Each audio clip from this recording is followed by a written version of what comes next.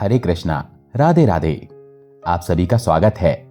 आज हम फिर से ठाकुर जी की एक बहुत ही सुंदर सी लीला कथा लेकर आ गए हैं। आशा है हमेशा की तरह आज की लीला कथा भी आप सभी को बहुत अच्छी लगेगी। तो चलिए कथा को शुरू करते हैं। ये कहानी दिल्ली में रहने वाली मनोरमा जी की है। मनोरमा जी ठाकुर जी की अनन्य भक्त हैं, लेकिन साथ ही वो वर्किंग लेडी भी हैं। उन्हें हर रोज अपने ऑफिस में काम के लिए जाना पड़ता है। हर रोज वो ऑफिस बस से जाती हैं, इसलिए अपना सारा काम खत्म करके और ठाकुर जी की सेवा करके वो बस स्टॉप पर आ जाती हैं और ऑफिस का काम खत्म करके वो फिर से घर वापस आती हैं। बस यही उनका एक डेली रूटीन है। जब लड्डू गोपाल जी उनके जीवन में आए तो उस दिन भी वो ऑफिस ही जा रही थी। तब उन्होंने बस स्टॉप पर एक महिला को देखा जिनके हाथों में लड्डू गोपाल जी थे और टोकरी में बिठाए हुए लड्डू गोपाल जी का श्रृंगार गिर गया था। उसे ही वो ठीक कर रही थी। लड्डू गोपाल जी के बारे में उन्हें पहले से ही सब कुछ पता था, क्योंकि उनके घर के पड़ोस में ही एक आंटी जी हैं जो कि लड्डू गोपाल जी की सेवा करती हैं। जब उन्होंने उस महिला को लड्डू गोपाल जी के साथ देखा तो पता नहीं क्यों उनके मन में भी एक विचार आया कि क्यों ना मैं भी लड्डू गोपाल जी को अपने साथ लेकर आऊं और उनकी सेवा करूं। लड्डू गोपाल जी की सेवा तो हर कोई कर सकता है। यही सोचकर उन्होंने लड्डू गोपाल जी को अपने घर लाने का निश्चय कर लिया। उनके पड़ोस में रहने वाली एक आंटी जी भी लड्डू गोपाल जी की सेवा करती थीं। उन्होंने सोचा लड्डू गोपाल जी को लाने से पहले मैं लड्डू गोपाल की सेवा के सारे नियम आंटी जी से पूछ लूंगी और उसके बाद ही लड्डू गोपाल जी को लेकर आऊंगी। उस दिन जब वो घर वापस गईं तो वो सबसे पहले आंटी जी से मिलने उनके घर चली गईं और उनसे लड्डू गोपाल जी के विषय में सब कुछ पूछा। आंटी जी ने मनोरमा जी से कहा, ठीक है, कोई दिक्कत नहीं है, तुम लड्डू गोपाल जी को ला सकती हो और बड़े ही प्रेम से उनकी सेवा कर सकती हो। लड्डू गोपाल जी की सेवा कैसे की जाती है इसके बारे में आंटी जी ने उन्हें सारी जानकारी दी। आंटी जी की बातों को सुनकर मनोरमा जी बहुत ज्यादा ही खुश थीं। वो बहुत उत्साहित थीं, इसलिए उनसे और देरी सही नहीं गई। उन्होंने सोचा चलो क्यों ना आज संध्या को ही ठाकुर जी को घर लेकर आते हैं। और यही सोचकर मनोरमा जी और उनका बेटा दोनों मिलकर लड्डू गोपाल जी को लेने बाजार चले गए। उस दिन वो बहुत छोटे से प्यारे से एक लड्डू गोपाल जी का विग्रह अपने साथ लाईं और उनकी पूजा पाठ सब कुछ शुरू किया। लड्डू गोपाल जी की सेवा करते करते उन्हें 4 साल बीत गए। तभी उन्होंने सोचा एक बार मैं आंटी जी से मिलकर आती हूं। बहुत दिनों से मैंने उनके लड्डू गोपाल जी को नहीं देखा है, तो उनके भी दर्शन करके आती हूं।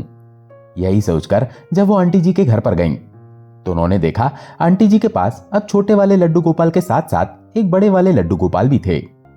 और वो बड़े वाले लड्डू गोपाल देखने में बहुत ज्यादा ही सुंदर थे। उन बड़े वाले लड्डू गोपाल को देखते ही उनके मन में फिर से एक विचार आया, मेरा लल्ला भी तो 4 साल का हो गया है, तो अब तो उसे भी थोड़ा बड़ा होना चाहिए। मैं भी अब एक बड़े लड्डू गोपाल लेकर आती हूं और उनकी भी सेवा करती हूं। लेकिन सच बात तो यह थी कि वो ज्यादातर अपने लड्डू गोपाल की सेवा नहीं कर पाती थी, क्योंकि उन्हें सुबह सुबह ऑफिस के लिए निकलना पड़ता था, जिस कारण से वो ज्यादातर लड्डू गोपाल जी की सेवा नहीं कर पाती थीं। इसीलिए फिर उनके मन में एक विचार आया कि मैं तो इन लड्डू गोपाल जी की सेवा नहीं कर पा रही हूं, तो अगर मैं बड़े वाले लड्डू गोपाल जी को लेकर आऊंगी तो क्या मैं उनकी सेवा कर पाऊंगी? मेरे लिए तो एक लड्डू गोपाल जी को संभालना ही कितना मुश्किल हो रहा है। तो अगर मैं एक और लड्डू गोपाल जी को लेकर आऊंगी तो उनकी सेवा करना भी मुश्किल हो जाएगा। लेकिन कहते हैं ना, अगर भक्त के मन में भाव आ जाए कि मैं लड्डू गोपाल जी को लेकर आऊंगी तो वो भाव कभी दिल से जाता ही नहीं है। मनोरमा जी के मन में भी हमेशा ही यही चलता रहता, कब लड्डू गोपाल जी हमारे घर आएंगे, कब लड्डू गोपाल जी हमारे घर आएंगे। लेकिन उनके मन में दूसरी तरफ एक ही सवाल घूम रहा था कि कैसे मैं लड्डू गोपाल जी को लेकर आऊंगी। इन लड्डू गोपाल जी की तो मैं ठीक से सेवा नहीं कर पाती, अब एक और लड्डू गोपाल जी लूंगी तो मैं उनकी सेवा कब करूंगी? यही सोचकर वो पीछे हट जाती थी। लेकिन तभी उन्हें एक उपाय सूझा, क्यों ना इन छोटे वाले लड्डू गोपाल जी को मैंने जिस दुकान से खरीदा था उसी दुकान में इन्हें वापस दे दिया जाए और एक बड़े से लड्डू गोपाल जी लाए जाएं।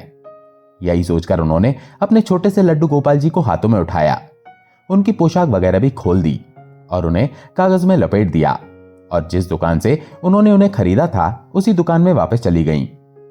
जब उन्होंने अपने छोटे से लड्डू गोपाल जी को दुकानदार को दिखाया तो दुकानदार ने उनसे कहा, इनका दाम तो ज्यादा नहीं मिलेगा, लेकिन फिर भी अगर आप इन्हें बेचना चाहती हैं तो ठीक है, इसे मैं ले लेता हूं और आपके लिए नए वाले बड़े वाले लड्डू गोपाल जी दे देता हूं। उन्होंने अपने छोटे से लड्डू गोपाल जी को दुकान में दे दिया और बड़े से लड्डू गोपाल जी को अपने साथ लेकर आईं। अब वो अपने बड़े वाले लड्डू गोपाल जी की सेवा बिल्कुल उसी तरह करने लगी जैसे वो अपने छोटे वाले लड्डू गोपाल जी की सेवा करती थीं, क्योंकि वो दिल से मानती थीं कि उनका लल्ला अब बड़ा हो गया है। वो छोटे वाले लल्ला के नाम से ही उन्हें पुकारती हैं। जब घर पर सभी लोगों ने बड़े वाले लड्डू गोपाल जी को देखा तो सभी लोग बहुत ज्यादा ही खुश हुए, क्योंकि बड़े वाले लड्डू गोपाल देखने में छोटे वाले लड्डू गोपाल से ज्यादा ही सुंदर लगते हैं। इसीलिए वो सभी लोग खुश थे। आस पड़ोस के सभी लोग उनके लड्डू गोपाल को देखने भी आए थे, लेकिन उनमें से ही एक पड़ोसी ने उनसे कहा, आप नए लड्डू गोपाल लाई, बहुत अच्छी बात है, लेकिन आपके पास तो पहले से ही एक छोटे वाले लड्डू गोपाल थे, वो कहां गए? सभी लोगों से मनोरमा जी ने कहा, छोटे वाले लड्डू गोपाल को दुकान में बेचकर ही मैंने ये बड़े वाले लड्डू गोपाल लिए हैं। मनोरमा जी के मुख से ये बात सुनते ही वो पड़ोसी बहुत ही ज्यादा हैरान हो जाती है और कहती है, अरे ये क्या, ऐसा तो नहीं करना चाहिए। अगर आप लड्डू गोपाल की सेवा कर रहे हो तो आप सेवायत ठाकुर जी को कैसे बेच सकते हो? आप मानो या ना मानो, आपसे भूल हो गई है। अपने पूजित भगवान को कभी भी हमें बेचना नहीं चाहिए, क्योंकि जब हम ठाकुर जी को घर पर स्थापित करते हैं तो उनमें प्राण आ जाते हैं और उन ठाकुर जी को बेचना पाप होता है। मनोरमा जी ने अपनी पड़ोसी की बातों को सुना, लेकिन उन्होंने उनकी बातों को नजरअंदाज कर दिया। लेकिन फिर भी मनोरमा जी का मन दुविधा में था। वो सोच रही थी कि पड़ोसी ने सही कहा, लेकिन अब तो मैं कुछ भी नहीं कर सकती। मैंने तो अपने लड्डू गोपाल को बेच भी दिया है और मैं उन्हीं के रूप में इन बड़े वाले लड्डू गोपाल जी को लाई हूं, तो उसमें गलती क्या है? यही सोचकर वो अपने आप को समझा लेती। लेकिन उसी रात को उन्होंने एक विचित्र सपना देखा, जिस सपने ने उनका जीवन ही बदल दिया। उन्होंने सपने में देखा कि उनके बड़े वाले लड्डू गोपाल जी अपने सिंहासन पर हैं, लेकिन उनके छोटे वाले लड्डू गोपाल जी की सेवा उनकी पड़ोसी कर रही है। इस सपने को देखकर वो बहुत ज्यादा ही हैरान और अचंभित थी। उन्हें इस सपने के बारे में कुछ भी समझ नहीं आ रहा था, इसलिए उन्होंने उस सपने को टाल दिया और इसके बाद जो उनके जीवन में घटित हुआ वो और भी अद्भुत था। किसी काम के लिए वो अपने पड़ोसी के घर गई थी। जब वो उनके घर के अंदर गईं तो उन्होंने देखा उनके छोटे वाले लड्डू गोपाल पड़ोसी के घर में सिंहासन पर विराजमान है और वो पड़ोसी उन लड्डू गोपाल जी की सेवा कर रही हैं। ये देखकर उन्होंने उनसे पूछा, क्यों आप मेरे लड्डू गोपाल जी को दुकान से वापस लेकर आए हो?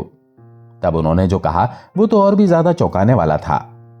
उन्होंने मनोरमा जी से कहा, जिस दिन मैं तुम्हारे घर पर तुम्हारे बड़े वाले लड्डू गोपाल को देखने आई थी और जब मैंने सारी बातें तुमसे सुनी थी तो मुझे तुम्हारे छोटे वाले लड्डू गोपाल जी की चिंता सता रही थी। बार बार मन में एक ही विचार आ रहा था कि क्यों तुमने लड्डू गोपाल जी को ऐसे ही दुकान में छोड़ दिया। यही सारी चिंता करते करते कब मैं रात को सो गई मुझे पता ही नहीं चला। तभी मैंने महसूस किया कि कोई बच्चा मुझे माँ माँ कहकर बुला रहा है। वो बच्चा कौन था मुझे नहीं पता, लेकिन सपने में मैंने और एक चीज भी देखी, जिस चीज को देखकर मैं सबसे ज्यादा हैरान थी। मैंने देखा मैं तुम्हारे छोटे वाले लड्डू गोपाल जी की सेवा कर रही हूं। इस घटना को देखकर मुझे समझ में आ गया कि तुम्हारे छोटे वाले लड्डू गोपाल जी ही मुझे बुला रहे हैं। इसलिए उस दिन तुम्हारे घर से आने के बाद अगले दिन ही मैं उस दुकान में चली गई और तुम्हारे छोटे वाले लड्डू गोपाल जी को अपने साथ लेकर आई। और तुम्हें पता है सबसे ज्यादा चौंकाने वाली बात यह थी कि दुकानदार ने मुझे लड्डू गोपाल जी को ऐसे ही दे दिया। उन्होंने मुझसे एक भी पैसा नहीं लिया। जब मैंने उनसे पूछा आप क्यों लल्ला का दाम नहीं ले रहे हो, तब उन्होंने मुझसे कहा मुझे लगता है ये लल्ला पूजित हैं, इसीलिए आप इन्हें ऐसे ही ले जाओ। पूजित लड्डू गोपाल को कभी भी बेचना नहीं चाहिए। मैंने इन्हें खरीद लिया, ये मेरी गलती थी, लेकिन मैं इन्हें फिर से बेचना नहीं चाहता, इसीलिए आप इन्हें ऐसे ही ले जाओ और इनकी सेवा करो। लड्डू गोपाल को पाकर मैं बहुत ज्यादा ही खुश थी। मैं लड्डू गोपाल को लेकर अपने घर आई और उसी दिन उनकी प्रतिष्ठा की और उस दिन से उनकी सेवा भी शुरू कर दी। अपने पड़ोसी की बातों को सुनकर मनोरमा जी सचमुच बहुत ज्यादा ही हैरान थी। लेकिन दोस्तों, इसमें हैरान होने वाली कोई बात नहीं है।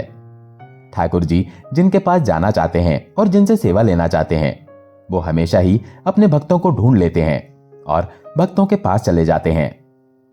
लेकिन आप सभी से निवेदन है, कभी भी अपने सेवा या ठाकुर जी को दुकान में ना बेचें। क्या हम अपने बच्चे को खुद से अलग कर सकते हैं? क्या हम उन्हें बेच सकते हैं? ठीक उसी तरह लड्डू गोपाल जी भी तो हमारे लल्ला हैं। इसीलिए कभी भी लड्डू गोपाल जी को ना बेचिए, चाहे जीवन में कितना भी बड़ा संकट आ जाए, लेकिन कभी भी अपने ठाकुर जी को खुद से दूर ना करें। मनोरमा जी को अपनी गलती का एहसास हो गया और वो लड्डू गोपाल जी से बार बार माफी मांगने लगी। वो अपने पड़ोसी से अपने छोटे वाले लड्डू गोपाल को वापस मांग रही थी, लेकिन इस बार उनकी पड़ोसी ने उनसे कहा, मैं तुम्हें अपने लल्ला को लेकर नहीं जाने दूंगी। अगर ये मेरे पास आए हैं तो मैं इनकी सेवा करूंगी और हमेशा ही इनका ध्यान रखूंगी। तुम्हारे पास तो तुम्हारे बड़े वाले लड्डू गोपाल जी हैं, तो उनकी सेवा कर लो। और आज से मैं अपने लड्डू गोपाल जी को गिरधर नाम से बुलाऊंगी और अब ये मेरे लल्ला हैं। सारी घटना को जानकर मनोरमा जी दुखी तो हो रही थी, लेकिन उनके पास कोई चारा भी नहीं था। इसीलिए वो चुपचाप घर वापस चली गईं। अब आप बताइए, मनोरमा जी के जीवन की लीला आप सभी को कैसी लगी? अगर अच्छी लगी हो और इस कथा ने आपके दिल को स्पर्श किया हो तो प्लीज इस वीडियो को ज्यादा से ज्यादा शेयर कर दीजिए, ताकि हर कोई ठाकुर जी की ये प्यारी सी लीला श्रवण कर पाए। अगर आप हमारे चैनल पर नए हैं तो प्लीज हमारे चैनल को सब्सक्राइब कर लीजिए। हरे कृष्णा, राधे राधे।